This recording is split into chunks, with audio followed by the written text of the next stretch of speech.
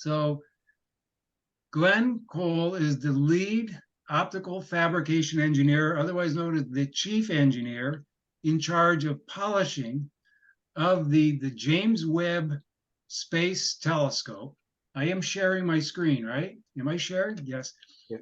And I am very pleased to have Glen present really the insider's perspective of what it's like to polish this extremely sophisticated and high precision telescope that's doing amazing things already in its first year of service. So Glen, take over. I will stop the share and I will let you present. Okay.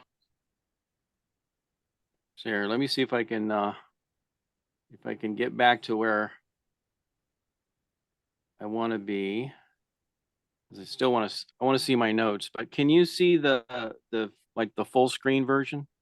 Yes, Yes, full screen. Oh, thank you. Okay, I'm happy about that.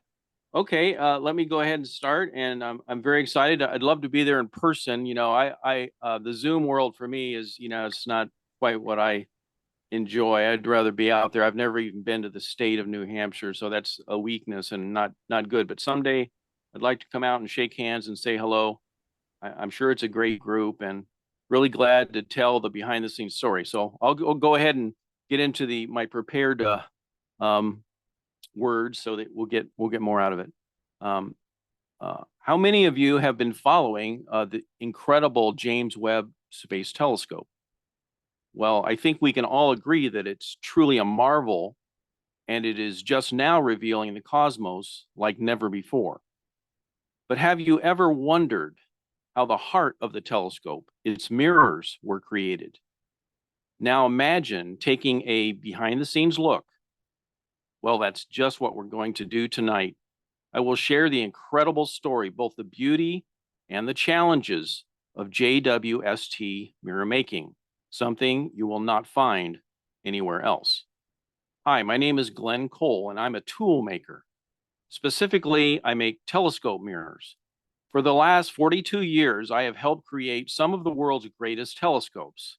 And as I like to say, I'm not Carl Sagan, I'm not Stephen Hawking, but I did make their telescopes. If I may share an analogy, the astronomers are the race car drivers, and we built their Formula One beauty. We are the enablers of their amazing science. On James Webb, I was the chief engineer for the mirror polishing. I was the general with my desk out on the optical shop floor, polishing our Webb mirrors. Let me now share our story.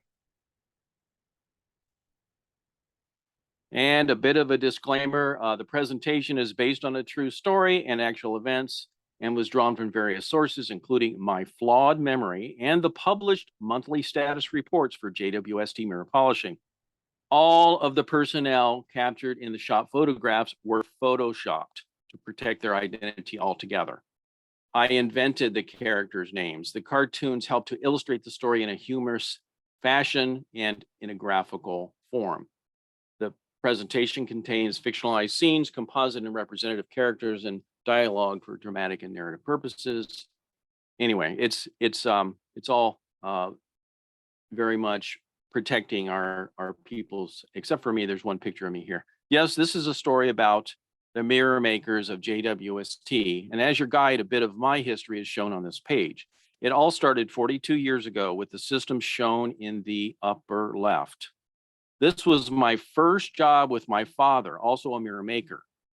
We worked together with Dr. Charles Townes, the Nobel laureate and co-inventor of the laser.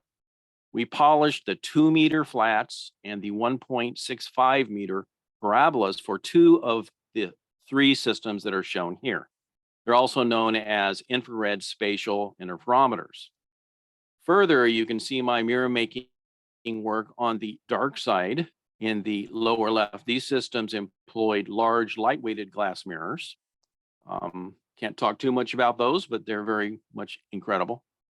We also see the HET, that's the Hobby Eberly telescope located in Texas, and the SALT, or South African large telescope, both multi-segmented telescopes in the center. And of course, foremost on my mind, the James Webb Space Telescope. In preparation for Webb, there was AMSD, that is the Advanced Mirror System Demonstrator. This was a competition of sorts of telescope architectures, and central to that architecture were the telescope mirror segment designs. I was working at Eastman Kodak at the time. Let me pick up a highlighter here, if I can. And on the left, you see our beautiful entry. This was a low temperature fuse, we call LTF, glass honeycomb sandwich mirror. The material is a Corning ULE titanium doped fused silica, what we call a zero coefficient glass. And it was a real work of art just in the creation of the blank. And this is something I spent a lot of time on, and it's a really fantastic example of LTF, honeycomb sandwich glass. On the right, we see the competing mirror.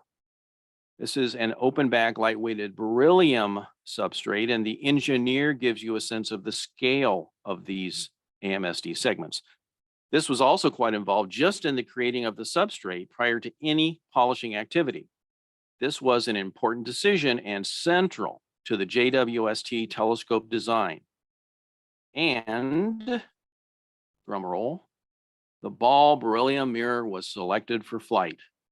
The winning design was the ball beryllium approach. This was as exciting for some as it was devastating for others. In the central performance box, we can see, for the nerds amongst us, that's why I have my nerd alert thing here, we can see the earth-shattering specifications, not for the faint of heart. And so with that, I was fortunate enough to be selected to lead the polishing team out west, and soon found myself as the chief engineer in charge of polishing the beryllium mirrors at what I will call Thomson Freeform. Yes, I transitioned from one team to the other and to the beautiful and complex world of beryllium mirror making. And in the early days at Thomson, that's what I call the good old days. We had a lot of work ahead of us in what we called facilitization. And not only did we need to create a custom polishing facility, we needed to create all of the equipment, tooling as well, polishing machines, measuring equipment, handling system, etc. And here we see the proud parents of baby Webb. They're taking the baby for a stroll out around the block, and their neighbor asks for a better look at the baby. And of course, he is very surprised. So, and here we see the details. What did we make? We focused a lot on the primary mirror segments. Here we see, because of the area, basically, here we see that the details relative to the primary mirror segments, it consisted of 18 segments. Okay, so you see the array. This is the parent. 18 segments. We had what we call only 3 types, a type A, a B, and a C. These are all part of, an A-sphere, okay, nearly parabolic, but basically these are all different off-axis pieces of that A-sphere. The gaps between the segments was a few millimeters.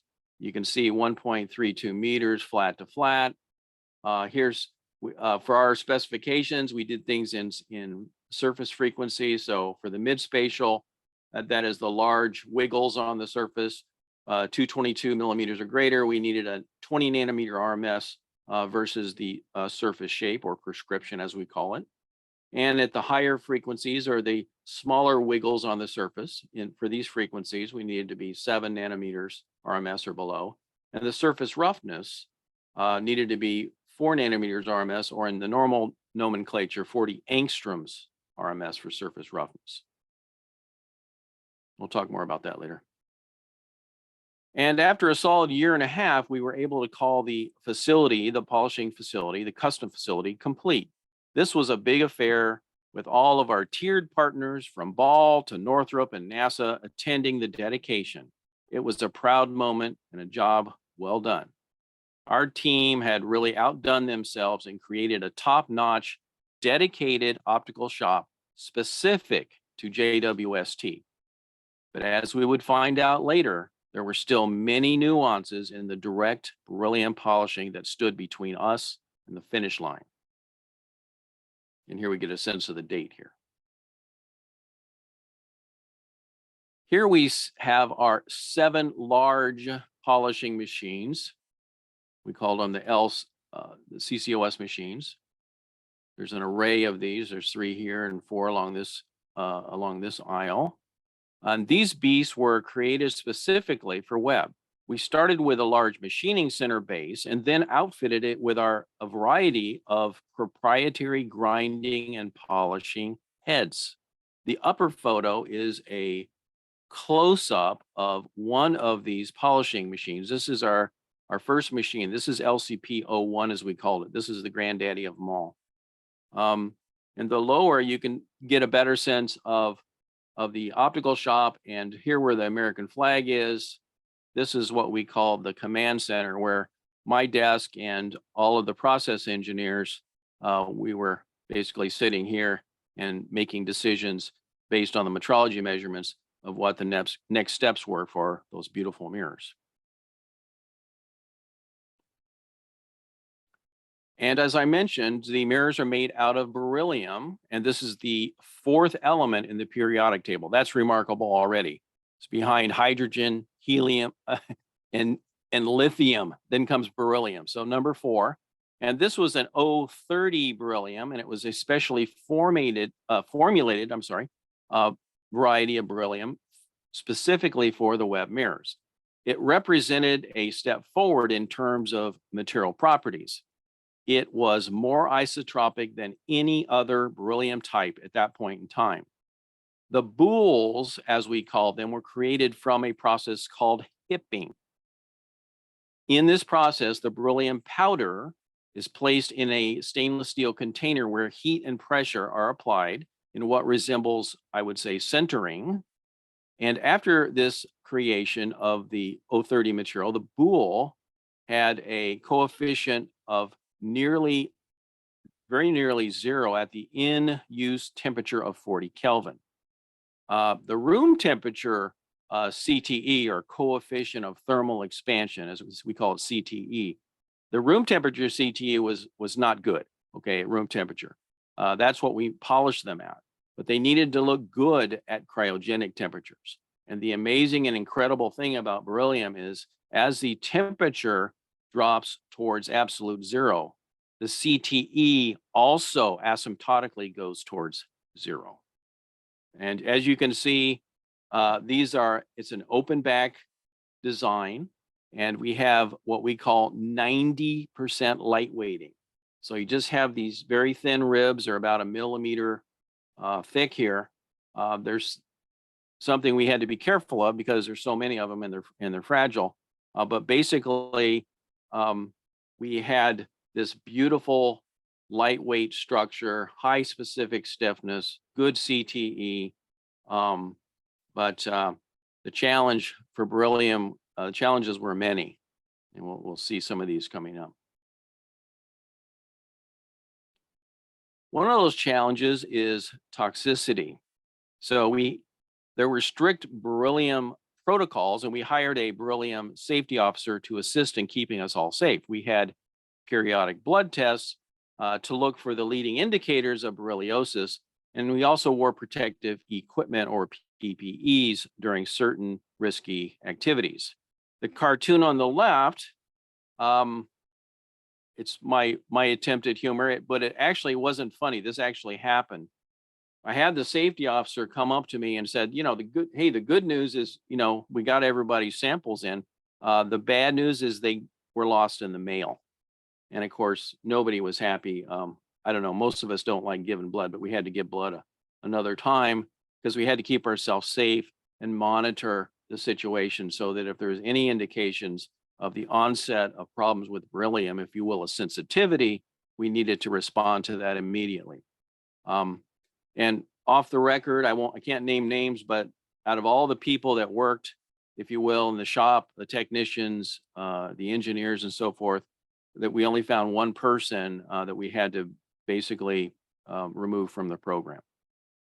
And on the cartoon on the right, this is actually another conversation I overheard when some of the technicians were out in the smoke hut, basically taking a break. And the one on the left says, we really, you should really consider double gloving. And that's 2 sets of latex gloves during the cleanups to keep, keep yourself safe. And the other guy just reminds him that there's actually more danger or even more beryllium actually in the cigarette that he's smoking. So it's all a matter of perspective. It was pretty safe in the shop as long as we were using the PPEs and doing all the procedures properly. Another anomaly or something that comes free, no extra charge with beryllium, is pitting. Okay, so as I mentioned, we have the beryllium, which is hipped. And so you're pressing these, 15 micron particles together, but there still is a minuscule, if you look closely with a microscope, even after polishing, there is grain boundaries between them. And so the fear was that, we always worried that if we got pitting that we'd have to go back to grind. And so we were always looking at the surface and monitoring it. Here we see in the center image, this is our Keon's microscope system. This is what we use to characterize the pits. If we found any, we'd circle it with a Sharpie and we would keep track of it. We had an R theta kind of arrangement on our system here, and that would allow us to go back the next run and just basically take a look at it and make sure that it wasn't progressing in a bad way. So this is something we spent a huge amount of time worrying about. In the end, you can be assured that there are, I can't say how many, but there's very, very few pits in these surfaces. In fact, they're so small, you really have a hard time seeing them. And the chemistry. And the polishing chemistry was very important. If it was too strong, that would tend to attack the grain boundaries. And if it's too weak, it was like cave formations. It would just take forever. So my process engineer on the left there, Norbert, he was always toying with the chemistry, and he always made me a bit nervous because I was always worried he would get better removal, but at the risk of pits. So that was something we always worried about that. And looking for pits. Now, this is a different mirror. If you look at this is actually our tertiary. This is the TM as we called it. And this is a concave general A sphere. And of course, it had a surface and it also was, beryllium and was susceptible to pits. This was an attempt to help us to inspect the surface. And we tried dye penetrant with this particular mirror. And although we tried really hard, it was still pretty elusive to really to even see them and find them. They were small, but we were scared to death of the pits and that we'd have to go back to grind. And amongst all the hard work, there was an occasional light moment. And I'd like to preface to say that first of all, I don't get out much. And second, I'm starved for entertainment. And the pitting situation, well, that was just the perfect setup, excuse me, for asking the new process engineer to go get the beryllium putty. Let me be clear. There is no beryllium putty. Only the opportunity to ask the new engineer for the beryllium putty so we can fill the pits in segment A6. So there was a lot of stress, but we did have a little fun. The engineering development unit, the EDU as we called it, this was our process development or pathfinder. And the idea was that it would lead all of the other, what we call flight segments, by 6 weeks. This EDU buffer, we wanted to maintain that in order to reduce the risk to the prime segments, to the flight segments. The problem was that the EDU hit all of the unexpected potholes along the journey. So it was the pathfinder, but it always needed adjustments as it progressed. And over time, the EDU buffer, as we called it, was reduced only to a couple of weeks.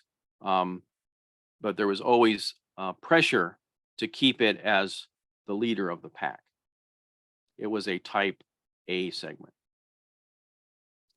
And in optical fabrication, our early work, of course, in typical fashion is grinding.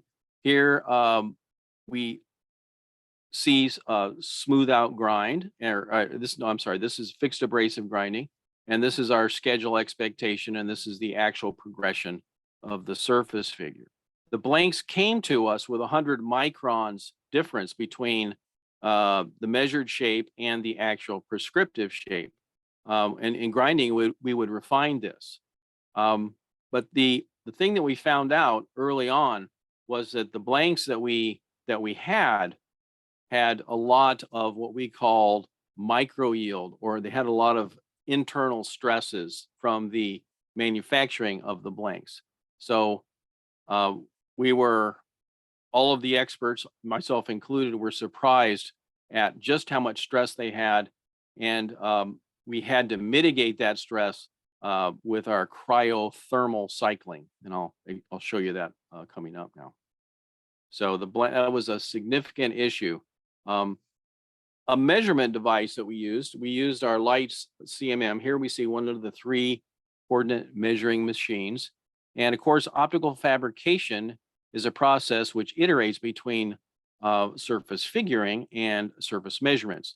And here again, we see one of the 3 CMMs, the LIGHTS CMMs, good to about 1/3 of a micron, very, very well controlled. We had, temperature control, and we did the best we could to keep it as a very high level CMM.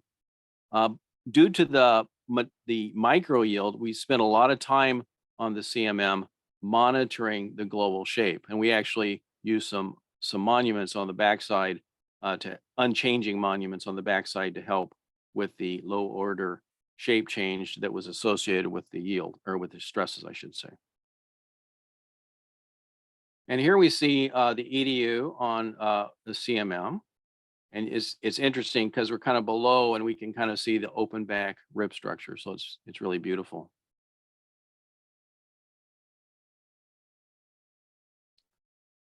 And the central image here, we see 2 different ways of visualizing the surface figure. Of course, this is early on in the grind. Visualizing the surface figure, I should say, as compared to the desired shape or prescription. The colored image shows the relative height according to a color bar. And on the right here, you can see that the highs would be the red colors. So these are high. There's a high edge there, for instance. And the lows, of course, are blue. Another way of looking at this is using what we call fringes. And on the left, we can see an interferogram where the height along the fringes, or these lines that we can see here, was the same. They were the same relative height, again, compared to the optical prescription, our desired shape. In addition, another interesting feature that kind of shows up in this image is we see some small dots. And you might say, well, what are those? Well, those are actual features. Those are what we call quilting. And what is quilting? Well, these quilts, during polishing, in between the ribs, the surface, of course, will deflect from the polishing or grinding pressures.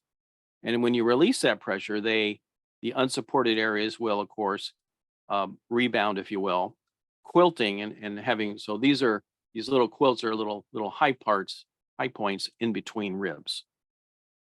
This is quite common. Now, of course, this is a very interesting and early image. Of course, the quilting was all gone when we were done. We were able to address all that. And as I mentioned before, here we see one of our thermal cryo chambers. And in response to our anomaly, if you will, of micro yield limit, we needed these chambers in order to manage and basically mitigate the processing stresses. So that is one of the, if you will, misunderstood properties of our beryllium beauties, this micro yield limit. Basically, if you stress the beryllium and exceeded the micro yield limit, the substrate would be unstable over time as the stress is slowly released. And this instability would last for 5 years or more. And for us, stability of our mirrors was an absolute key. We also knew the remedy. We also knew that this cryothermal cycling is a way we could manage and reduce that stress with the proper heating and cooling cycles, which of course is a proprietary thing. But basically these chambers could hold two segments. They would have a cycle. They would go hot. They would go cold. And I say cold that we had liquid nitrogen, so we could get pretty cold. And here we see this segment on a cryo carriage, a special carriage designed to go cold, and it's going to be loaded into the chamber. In addition, in spite of our polishing being 24/5, that is 24 hours a day, 5 days a week, we did actually run these chambers over the weekends, unattended, with alarms. Would call us if there was a problem, but basically it was a pretty good system. And as I mentioned, before the contract was awarded, we knew about the need for this cryothermal cycling. What we didn't really realize, nobody, was just the extent, how much of this thermal cryocycling we would need. And so even if you can imagine, even a loose abrasive grind of this beryllium would exceed the micro yield limit. So even loose abrasive was a problem in terms of long-term stability in the surface. We would have to continually, monitor the stresses based on the sparse array of the back measurements, and basically work it until basically it was stable. Handling. And at first glance, this is kind of a precarious picture, but let's back up a little bit. In spite of the size of the blanks, these were easily lifted by two trained technicians. The tricky part was to avoid touching the ribs, of course, on the back side. We did plenty of practice with our surrogate mirror before handling any prime hardware. In any case, we needed to develop better approaches for handling. And so this was replaced with some equipment, some handling equipment. But this was always a possibility. If necessary, we could do this. And let me show you the next. Now, so that's just a straight lift out of the shipping container. And then here we even had some occasions where we had to do some flipping, which was even more precarious, if you will. But nothing ever, knock on wood, nothing bad ever happened. But shortly afterwards, again, as I mentioned, we developed equipment that would do this.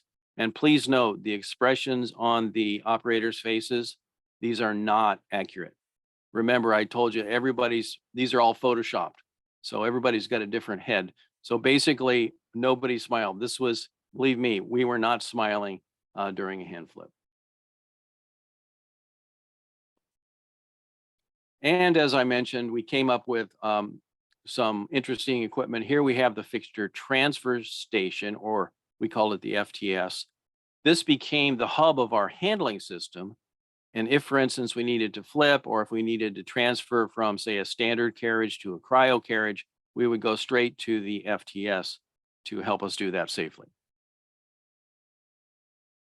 And this is me, but it's a different head. Messy business. And I guess nobody ever said beryllium wasn't messy. And here is here we can clearly see this gray material. We call it swarf. So as opticians, we call this swarf. And the swarf is, it's a combination. It's basically beryllium and spent abrasive. And it's just this kind of gray looking sludge, if you will. You also see the plastic skirting that we use to keep things manageable. So that's the real deal. And cleaning, we also spent an enormous amount of time cleaning. I would say more time cleaning than polishing. After the runs, whether it was grinding or polishing, we had, from a safety perspective, it was always critical during cleaning that we never let the swarf dry out. That was fundamental to keeping ourselves safe. So in order to avoid these small particles from getting airborne and perhaps getting into our airways, we kept things wet. And you can see the various cleaning steps. Of course, it was usually a two-person affair because they were such big segments. And you really had to stretch to get the middle We got a little closer here. You see a drag wipe. Some of you opticians are probably familiar. That's something you would do to avoid scratching or creating any kind of surface downgrades or sleeks, that kind of thing. So at the end, when we got closer, you can see they polished up really nicely, but we had to clean them carefully once they got it to that point. And the process engineers. Here's the command center. This is me right here. The process engineers were in charge of interpreting the metrology data and in creating the grinding or polishing run files, as we called them. As I mentioned, myself included, we did this from the command center, and this was rather central to the polishing machines and the metrology room. And of course, there was always a precarious thing, whether you were tweaking or running on, it was always something you had to be very careful of.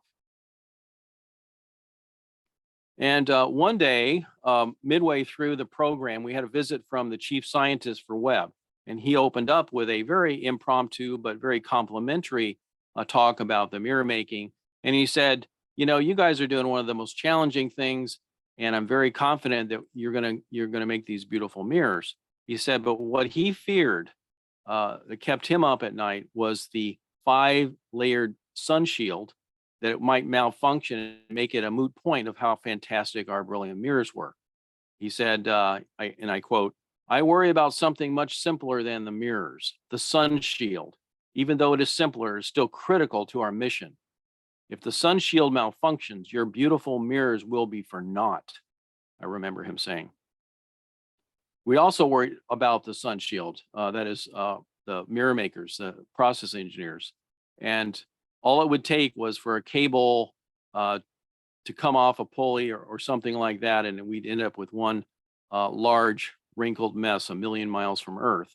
And afterwards, I was talking with Norbert, that's my lead process engineer, name changed to protect the innocent. I said that I would go up there and I would untangle I use different words, the darned sun shield myself if necessary. And he looked me in the eye and he said, "No, you won't. You can't get back. It's a one-way trip." And I said, "I don't care. I'll go up and fix the darn thing and happily float off into cryogenic space afterwards with a smile on my face." And people don't believe that, but we were so passionate about the mirror making that I would miss my wife, but I would go. I mean, I don't know how to explain it. It doesn't make sense. It's not logical, but I would go fix it. It's important. It was that important to us. And the process engineers, we had a lot of things to account for. And we always felt like we were walking the tightrope of mirror making. And here we've got 3 process engineers. They're creating the run files for C4 and A2 and so forth. And then, I'm coaching them, come on, guys, you're doing great. Let's get there. But on the way across, you're worried about stress and roughness and scratches and pits and all of the things that were just very close by. And the direct polishing of beryllium, and here we see a smooth out polish run, required a lot of what I'll call finesse. The slurry details were extremely important to balance, as I mentioned, the removal with the risk of pitting. It's all proprietary, but here we can see the preparation for a smooth out polishing run. You see the skirt, you see the plastic shields here. This wasn't me, but this is one of our process engineers. This is the proprietary polishing head, and we see the slurry. We're adjusting the nozzles and whatnot. So remember, polishing it's always integrated. We have both, if you will, the figuring polishing and the smooth out polish. We interleave. That's the word I'm looking for. We interleave figuring and smoothing. That's how we get to surface figure. And here's a polished mirror segment. This is bare beryllium, believe it or not. When they polished up, they really, really were beautiful. And of course, they eventually would need to be gold coated in order to achieve our science goals. So the reflectivity, we would lose some science if we didn't gold coat them, but the reflectivity of bare beryllium wasn't quite as good as the gold. So we we did need to get that gold coating on there to get the science. And another thing that was very important and unknown to most people was what we call cryo-null figuring. JWST operates at the Lagrange 2 point and at roughly 40 Kelvin. That's minus 388 Fahrenheit. Just for reference, liquid nitrogen is above that at 77. We made the mirrors at room temperature, but they needed to look good. They needed to pass their specifications at 40 Kelvin. So after the initial polishing, the segments were shipped to the XRCF cryogenic chamber in Huntsville, Alabama, to establish what we call the cryo backout. In other words, we needed to account for the surface figure change due to the cryogenic temperatures. And here we see an example at room temperature, about 293 Kelvin. This is how the mirror looks, same color bar here, about 103 nanometers RMS. But when the same segment, this same surface, untouched, was taken cold to 40 Kelvin, the surface figure went to about 20 nanometers RMS, the same mirror. And so you can see that this is a very significant and kind of irregular cryo signature, or as we called it, a cryo backout, that was necessary to apply. So when they were almost finished, we get the measurement at cryo, we do a subtraction, and we come up with our cryo backout. Here's the other interesting thing. Each of the segments had a unique cryo backout. None of them were even close to the same. So these are almost like a fingerprint. Every single segment had its own unique cryo backout. Now, the good thing about beryllium was when it went cold, it went to the same shape. And that's something we did not see with my beautiful ULE glass. The ULE was actually, it didn't repeat as well, but the beryllium, it repeated like a rock. I mean, the thing was amazing. And edges. Another concern was edges. And if you're an optician and you're making your telescope mirrors, you know what I'm talking about. The blanks came to us as hexagons, and the edge relief, as we call it, was only 5 millimeters. So it was just 5 millimeters from the bevel to where everything needed to look beautiful. So why did we worry about this? Because all you had to do was what we call roll the edge. And if you rolled the edge at that point, the only recovery is to piston down the entire central region. So we always kept a very close eye. And this is a very challenging thing to do. It can be done, obviously. We did it. Most of our surface figures were good to within about, I'm going to say 2 millimeters of the bevel. We were able to have a very beautiful surface figure. So we had 5, and most of them were good. Some of them were right. They looked right to the bevel as far as we could tell. Really good. And of course, we always, there's a little cartoon here, but we always worried about our edges. Good. I hope I'm running out of battery, guys. This is not good. All right, what am I gonna do? Hang on, I have to, sorry. I may have to do something. Okay, 19%. I'll try to keep going. Metrology. Here we see the metrologists, and they were our map makers, if you will. They use the CMM, the Shack-Hartman, and the optical test to measure the surfaces. And based on their measurements, the process engineers would, of course, create the hit maps. There always was a bit of mystique with the metrologists, as you can see in this cartoon. They didn't really need a Ouija board, but there was always a lot of things for them to worry about, including the gravity backout, cryo backout, and other things. Sorry, I'm very distracted by the power here. Sorry, guys. I'm in the mountains north of Los Angeles, and I'm using dish internet. Here we see the metrology as a bird's eye view, the 2 granite slabs, the interferometer, CGH, references, fold flat, and the 6 degree of freedom mount. Okay. And I'll try to keep going. And the metrology magic happened with what we call computer generated holograms. We had 3 different CGHs. These are diffractive elements to establish the reference wavefront. And this is our metrology robot, and this would align things to with 6 degrees of freedom. And of course, we had different alignments for both for the A's, the B's, and the C's. And here we see the Shag-Hartman. That was a very clever device where we could actually measure the surfaces in the grind using infrared light and stitching together sub-apertures.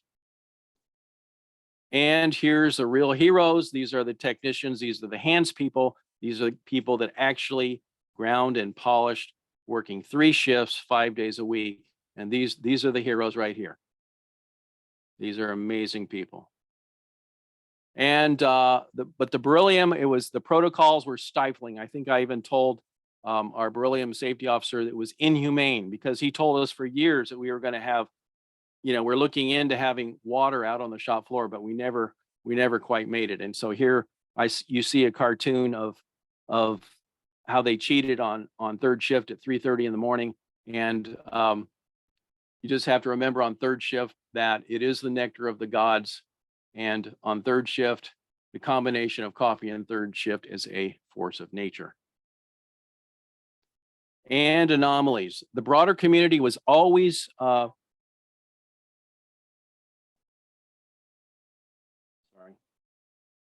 broader community was always tied into the mirror making, especially when we had what we called an anomaly. Depending on the severity of the problem, we could always count on a healthy discussion about the corrective actions.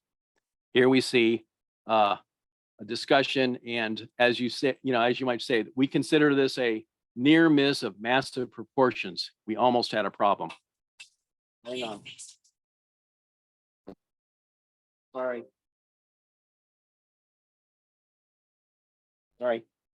My wife's calling me. And communication was critical. And here we see at Thompson that we would say, hey, something's up. And by the time it got to Ball, Northrop, and NASA, of course, we had a big problem. There was, beryllium had its challenges, but one of the things that it had going for it was it was tough. And so there was occasions where we were very happy that it wasn't glass, because with glass, if the stress exceeded the strength, you had a permanent record of the problem. And here we see our beautiful secondary mirror in grind, and we see the figure ground surface, and we're using a ruby tipped CMM to interrogate or measure that surface.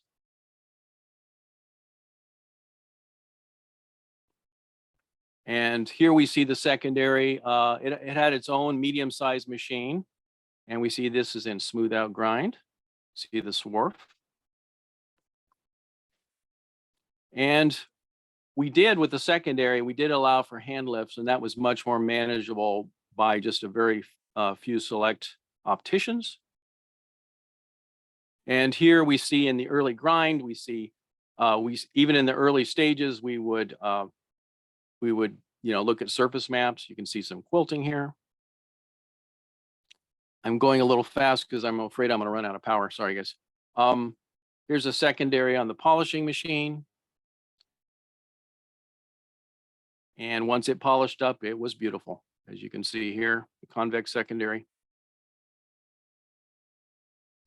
And once it got to that stage, we could take it over to its own test set, which was a Hendel shell optical test. And here's a lively discussion for the secondary mirror in polish. And as you can see, once it was gold coated, it was amazing. It was beautiful. Another picture, you can see it uses a primary mirror segment shipping container, but we had sort of adapted it for one of those.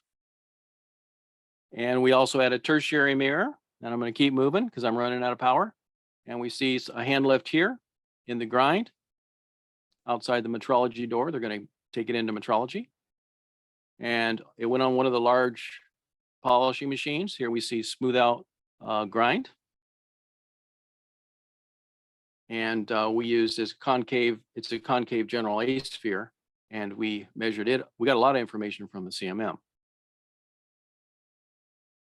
And as you can see, after the tertiary was coated, it was beautiful. So it also was gold coated. And it was integrated. And here we have some photos of the shipping to and from the cryo chamber. And eventually we got them in these nice sort of aerospace containers. And here they are, getting integrated. And of course, here, this will give you an idea of the sort of relative size. This is a primary mirror. Here's your round secondary, and here's of course your tertiary. So I'll give you a sense of the beryllium mirrors that we polished. And some more shots after they're gold coated. Although I think this one's really interesting because you see, this is bare beryllium here, and this is the gold coated. So you did get a nice reflection off the beryllium, but the gold was something else. And of course, these needed to be tested in the XRCF giant cryo chamber. So this is an interesting picture. Had just a handful of segments being looked at. And of course, the whole package was also put into an even larger chamber. And see if I just want to dedicate this presentation to the technicians and metrologists and process engineers that built what I call the heart of the world's greatest observatory. And we were devoted ourselves to Webb and to the cosmos. Thank you very much. Thank you, Glenn. That was amazing. That was so much to learn from that. I did mute everybody, but feel free to unmute if you have any questions for Glenn. Let me try to salvage my computer before I die and embarrassingly vanish. Can you give me a second? Oh yes. All right. I'm gonna probably have to do a couple things. Give me a second.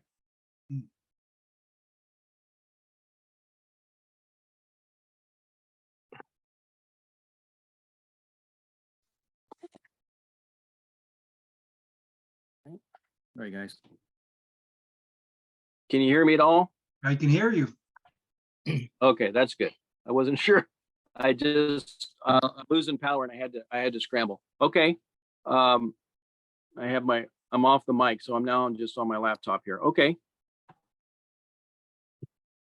I think we're Any good now. questions for Glenn? Hey, Glenn, my name is Matthew Page. I was curious with the 90% light weighting you guys have, was there any issues down the line with when the mirrors got mounted and the figure getting messed up from that? Those were super cored out. Yeah, we had to account, I mean, it's super lightweighted, and just remember the other thing about beryllium is it's got a high specific stiffness. So in spite of the fact that the if you will, the faceplate was super thin, it would quilt, we could manage the polishing, and we could basically remove those quilts and make the surface look good. So it was high specific stiffness. It did have to be launched, so it needed to be stiff. But it was just an extra challenge. It was an extra challenge because of how thin it was, but it was just a little extra work because of the quilting, if that answers your question. Thank you. Great presentation. I really appreciate it. Oh, I'm happy to share this story. Hi, Dave McDonald here. And how thick, or maybe I should say how thin, was the gold coating? I don't really know. It's probably just a few nanometers, as far as I know. Not very thick. So you basically, whatever the beryllium shape was, you coated it. You basically you replicate. The shape didn't change much with the coating. It didn't bend it a lot, and it didn't degrade the overall general surface figure much, because it was a very even and very thin gold coating. but I wasn't actually coding. I was making the substrate, so I didn't actually code them myself. Okay, thank you. Glenn, question about the edge relief. You mentioned 2 to 5 millimeters. What did you do with that edge that was rolled? Was it covered? Was it masked off, or was it just accepted? No, we didn't have our edges were not rolled. I mean, the edges were good to 5 millimeters or less. So if there was any roll, it was less than 5. And that was acceptable. Yeah, they gave us 5 millimeters to the belt from the bevel inboard. It could have been rolled 4 millimeters. It would have been acceptable. Now, like I said, most of our edges were good. I'm going to say 2 millimeters. Most of the edges are really, really close to the bevel, and it doesn't, sounds like a lot maybe, but actually it's pretty difficult to do on a mirror this big.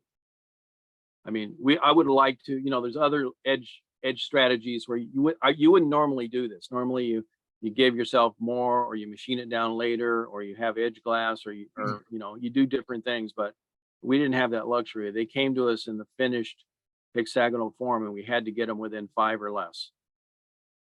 But it's easy to roll. If you polish your own mirrors, you know that. Right.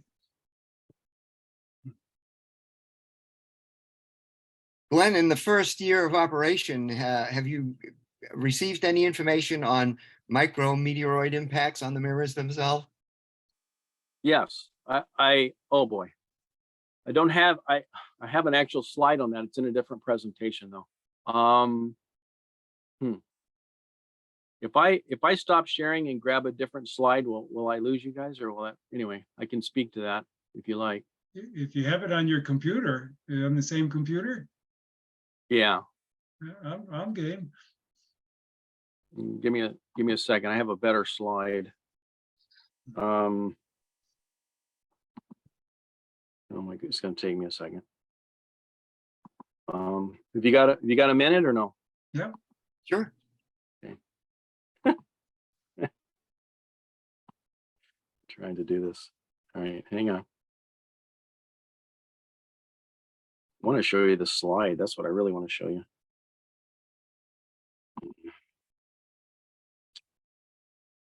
Let me just, I think it's going to take too long to do this. Let me try.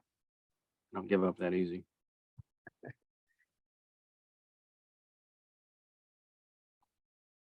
Okay, just give me 30 seconds.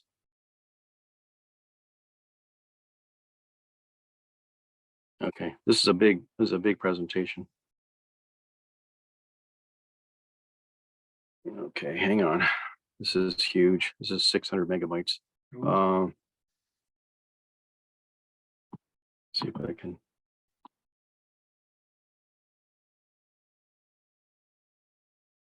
It's a different presentation, but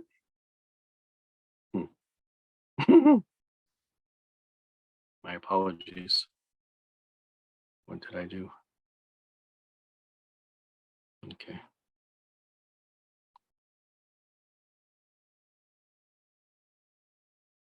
Well, let me suffice it to say, let me just tell you what I know, because this is freezing up on me.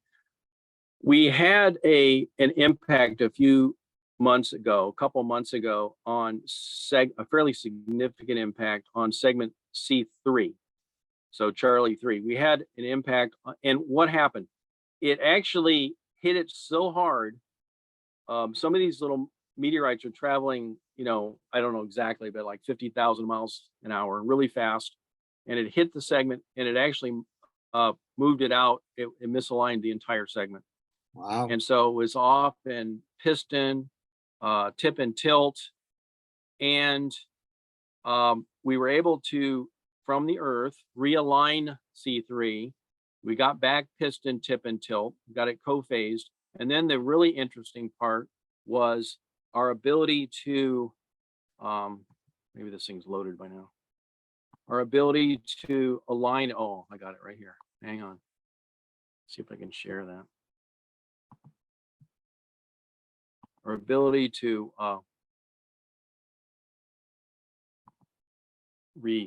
there we go. This will be more interesting.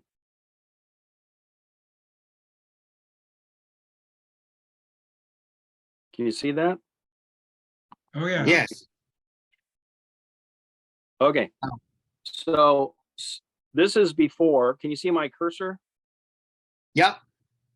Okay, that's the before, if you will, co-phasing of the 18 segments before it went into orbit. And then afterwards, you can see C3, this is segment C3, it got hit. Yeah. And the interesting thing about that is the ability to realign it, because this thing was knocked out of position. I mean, it was not, we had 17 segments. And so, but the good news is we have an ability to can you see this picture? Yeah. So the back structure here, we have a couple of we have 3 bipods. And so we have an ability to adjust the segments with 6 degrees of freedom. But in addition, we can actually do power changes, or if you will, radius changes, and low order shape changes, you know, like astigmatism and that kind of thing. So this segment really needed to be not only, you know, tip tilted and pistoned, but it also needed to be reshaped. So we had to adjust the power and a little bit of astigmatism to bring it back. Now we do have some small area that's lost because, you know, basically you got dented. Sure. And so, you know, so, but that's a remarkable thing, is being able to get it back. Amazing. Thank you for that. Yeah, sure. Yeah, that's interesting. I was talking to one of the guys that's still in the program, and we were brainstorming about how we might go up there and fix it, but that's for another time. You need the With a putty, robot. Glen. Yeah, we need the putty. Thank you. Thank you. I should have warned you in the beginning. I have kind of a funny sense of humor, but anyway. Any other questions for Glen? Yeah, Glenn, how did you handle turnover in your program since it took such a long amount of time?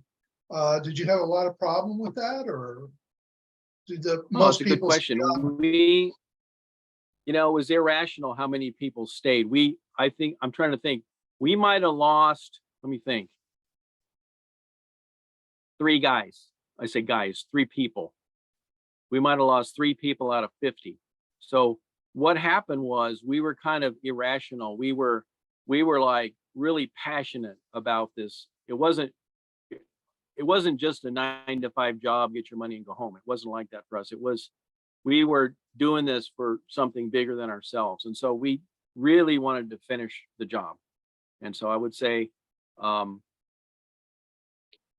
3 people. There might have been a little bit of turnover. Now at the end of the program, what happened is the senior guys, frankly, like me, they said, oh, everything's going nice and really going smoothly. We're done, you know? And so we got basically, we left the program before the technicians. So some of the senior guys left early, if you will. But that's, I guess, normal stuff.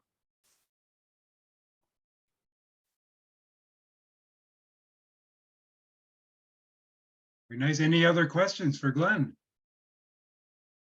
Hi, this is Alvin C. It's not a question, just an observation. I was surprised at how the difference in atomic weight of gold and beryllium, that those two actually worked together and survived the intense temperature change. I thought that was just quite amazing. Yeah, I'm not a materials guy. I don't think I could really explain it either, but I'm sure happy that they're able to stay adhered and, you know, able to go down to 40 Kelvin. So that's pretty remarkable. Yeah, it is. You're right about that. Glen, on a related note, how long is the Webb telescope supposed to last? What's the design life? You know, I've heard so many different numbers. I've heard 10 years. I expect that they're doing a lot of things to conserve fuel, and they're probably they're gonna find a way to it'll last for 20 years. And, also I would not rule out some sort of mission to kind of, recharge things. I know nobody's really said that we were going to do that, but I would not rule that out. It's possible that we could go up there even robotically and kind of bring some things back to life, in my ignorant opinion.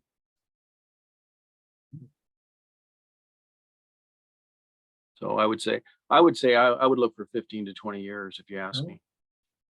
Very good. You're gonna have for a while. The meteorites, though, that's the thing. It's just up there exposed, and whatever whizzes by can bang into it, and that makes me nervous. Yeah. But even though I'm in love with glass, I'm actually glad these are beryllium. Oh, very good. Okay, Rick has got a comment saying requirement was 5, hope was 10, and with the efficient launch that you mentioned, it could be 12. Well, that's the thing with the efficient launch. I mean, yeah. I mean, we're going to get more time just because of how amazing the launch was. So I think I haven't really queried this exact question, but I'm just educated guess. I'm saying it's going to be 15 or maybe 20. We'll find a way to do it. I hope. Yes. And you could have a telescope even if you lost a couple segments. I just hope we don't. I hope we don't. Very good. One last question, anybody?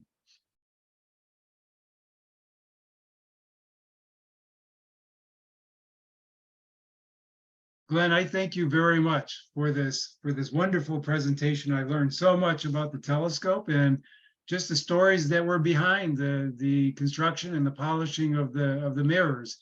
Very amazing stuff. And most of all, I'm glad that you pulled it off because we have such wonderful photos and such wonderful data. Seems like they're rewriting the astronomy books as we speak. So Glenn, thank you very much for your contribution. Well, I'm really happy to share the story. Sometimes, like I say, I'm not a natural extrovert, but what has happened is I feel obligated to tell the story, and I appreciate the opportunity to share these stories because people that actually had to make this stuff. It didn't happen by 3D printing or anything like that. I mean, we had to make these, and these people were incredible. And I just want to give a shout out to all what I call the hands people because they made it happen, and it was a great team. Very good. Thank you, Glenn. I will take control of the screen. Glenn, you are free to stay or to leave. Larry, I see clapping. So very good. I see some good reactions out there. Thank you. Thanks, Glenn. Great Thank you, job. Glenn. Thank you. Oh, my pleasure. I'm very honored to share it with people such as yourselves. I'd like to meet you one day. Hopefully we'll be able to share stories about Webb in the future. Very good. All right. Have a good one. And I will. Thank you very much. Thank you, Glenn. I will take the screen and let me do a little bit of housekeeping. And my apologies for the computer or my rushing of the slides, but